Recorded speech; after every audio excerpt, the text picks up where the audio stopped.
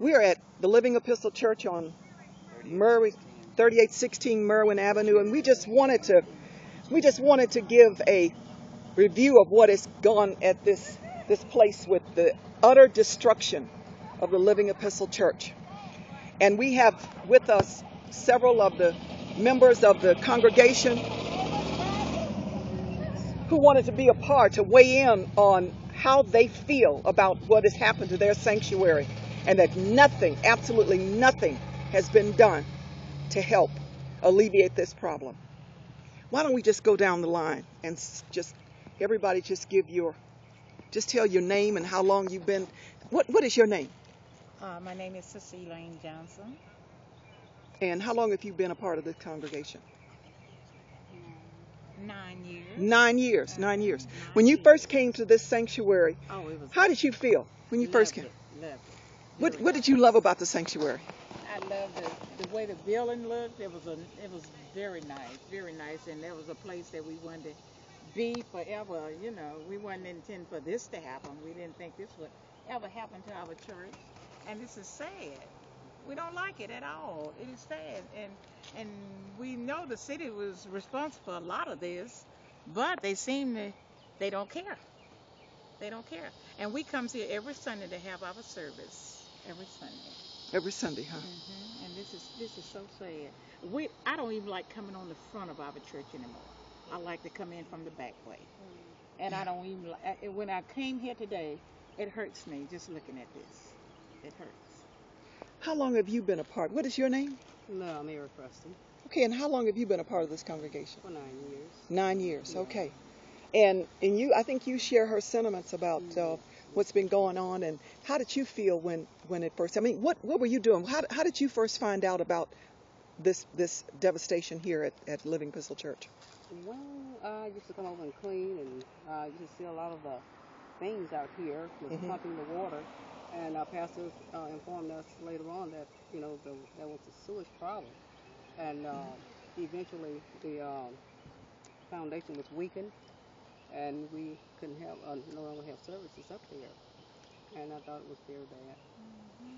Came in one day and it was just gone. And what did you say? You came in one day? Came in one Thursday. We came over here for Bible study, and we saw braces. They had braces holding up the side of the building. Wait a minute. Were you still in the sanctuary at that point? At that point, we were still in the sanctuary, but we didn't know whether it was going to cave in on us or not. But we just still coming. But to God be the glory, it did not. It did not. Okay. Now, we have another one. And what is your name? Sister Lucine Parrish. Lucine Parrish. And you've been a member here for 9 years. 9 years also. Okay. And when you first came here, I mean, I've seen how beautiful the sanctuary was at first. I mean, I saw how the woodwork and Pastor took special care to try to dress up the sanctuary. In fact, everybody contributed. Fellowship hall, everything. So at the time that this sewage problem was showing itself, everybody was still worshiping. You didn't know what was going on, right? Right. Tell us what happened. I mean, in your words. Devastated. We didn't realize the depth of the way our sanctuary was going to happen. We didn't know that it was going to fall apart. We didn't know that it would be leaning. We didn't know how hazardous it would be for us and anybody passing down the walkway. But we still had hope, because we felt like the city was at fault, and the city could salvage what we had left. Exactly. And Exactly. we could be. Now you brought up an interesting point. There were people that were passing up and down because I mean, I remember there were stilts outside because the building was leaning. Leaning. Now you know how devastating that is. Not knowing if it's gonna fall on the sidewalk, and the most devastating part was we're not knowing whether we were gonna have somewhere to worship. Right. We wasn't allowed in the sanctuary. It was falling down, so we moved to our fellowship hall, where we've been since then. So now we might have to move from that this month, as a matter of fact. We're not sure if we're going to have anywhere to worship, but we still haven't got any satisfaction from the city. We're on our own, practically outdoors, basically, because we don't know Yeah. what's going to happen from day to day. And what outdoors it is. I Yeah. mean, if a bomb had exploded in this place, it couldn't have done more damage than this. Walked up here today is devastating. We don't like to come down behind. We don't like to look at the front.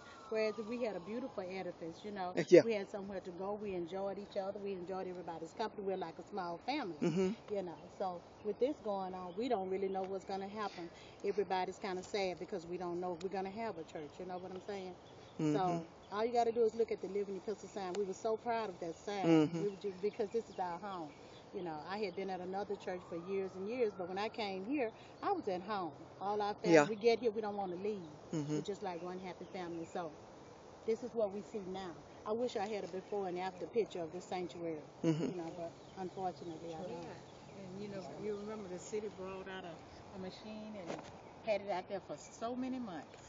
Yeah. Had a machine out there for so many months out there in the street Yeah. and had this big pipe It was just, hose or something running into our Yeah. church. Do you, down in you, the you remember that? yeah, I Yeah. remember that. Yeah. And it yeah. stayed there for a long, Close long in, so we can hear both. Yeah, I Yeah. remember that. Yeah. More longer than months. And Yeah. then Now you're younger than the rest of them. Yeah. How long have you been here? You've I've been been here. a member of the Living Epistle Church for about 7 years. Okay, and what is your name? My name is Sister Ann Allison. And you have some children here, don't you? I have 2 daughters who are members here. Was baptized under Pastor Roy King. And I can say, as a church family, I can speak for the entire family, that we have been affectedly physically, emotionally, and Yeah. psychologically. And somewhere down the road, we may find out that we have been physically sick behind it. Yes, Yeah, because we don't that's know an what interesting point. we were inhaling. We don't know if it was mold. From the mildew. We don't know what was Right. going on from the waste that was in our basement. We don't know. You know? Now let's just do a recap.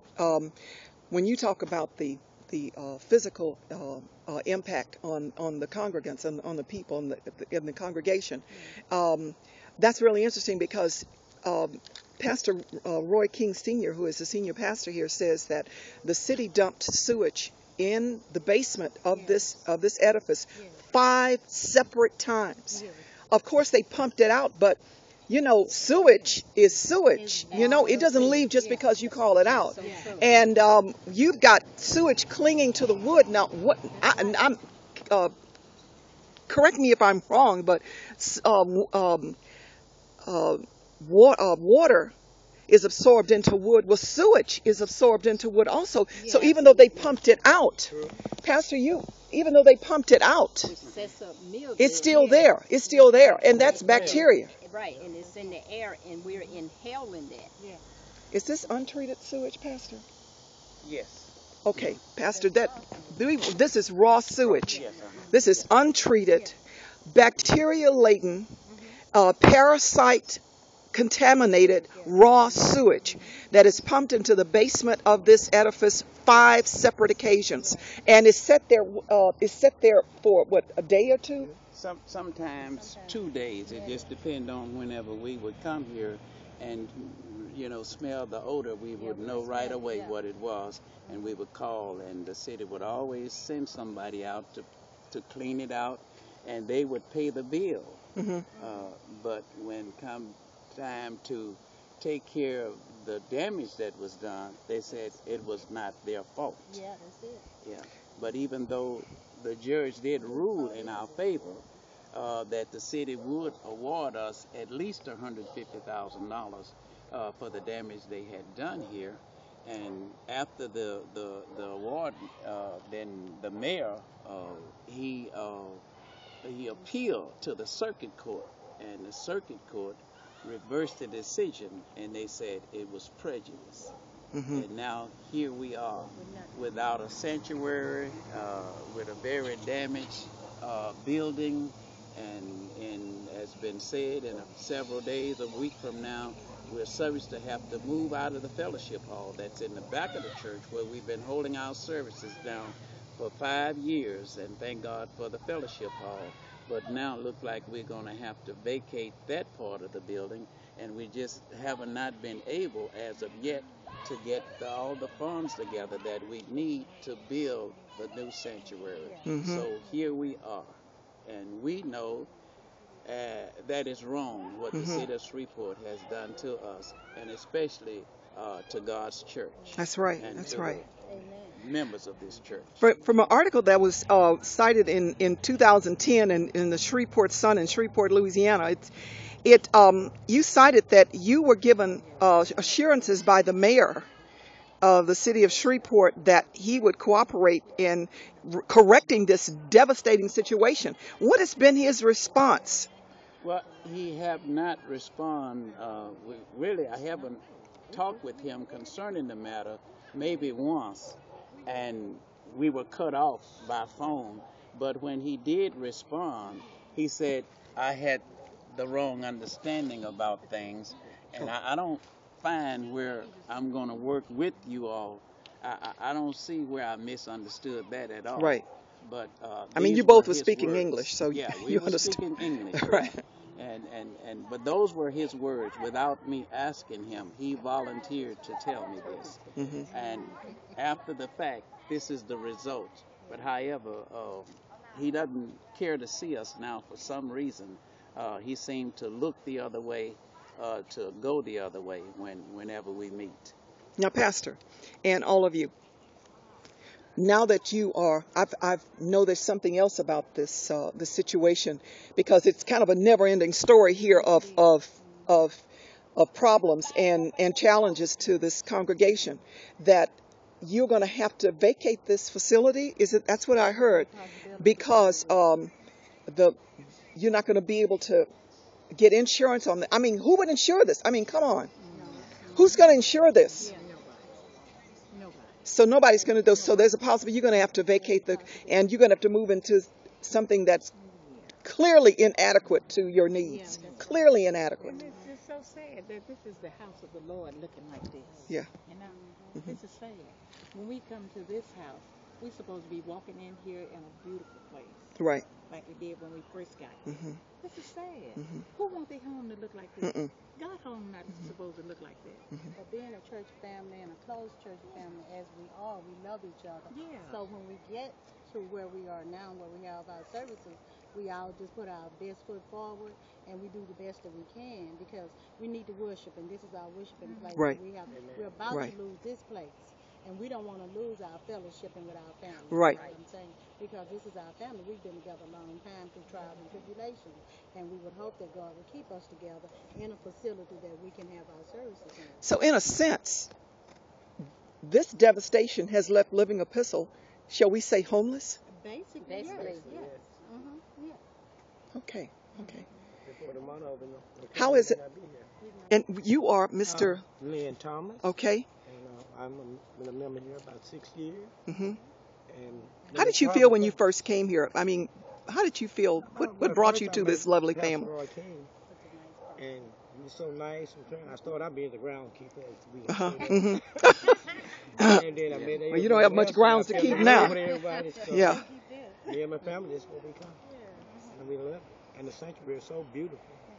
I mean, the whole We were thing. proud of our sanctuary. We were glad to invite people over here. And you know, one thing, a church is supposed to be a beacon of light in the community. And it looks like your beacon is growing kind of dim, hasn't it? It's diminished. Diminished. It's It's gone, diminished. And it really was. Because you know the neighborhood here. Yeah, this neighborhood is not, Here. it's a high crime, high incident.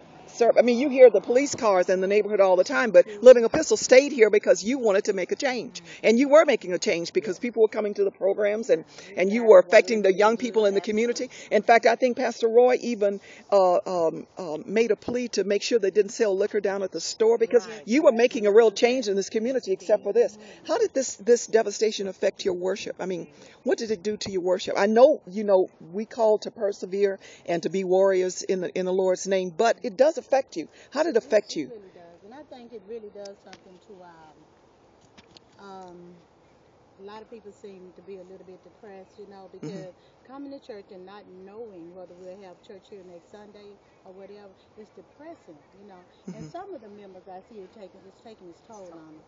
I talk to a lot of them on the phone, and I'm hearing different stories, they're emotionally torn, some decide to come to church, some don't because of this.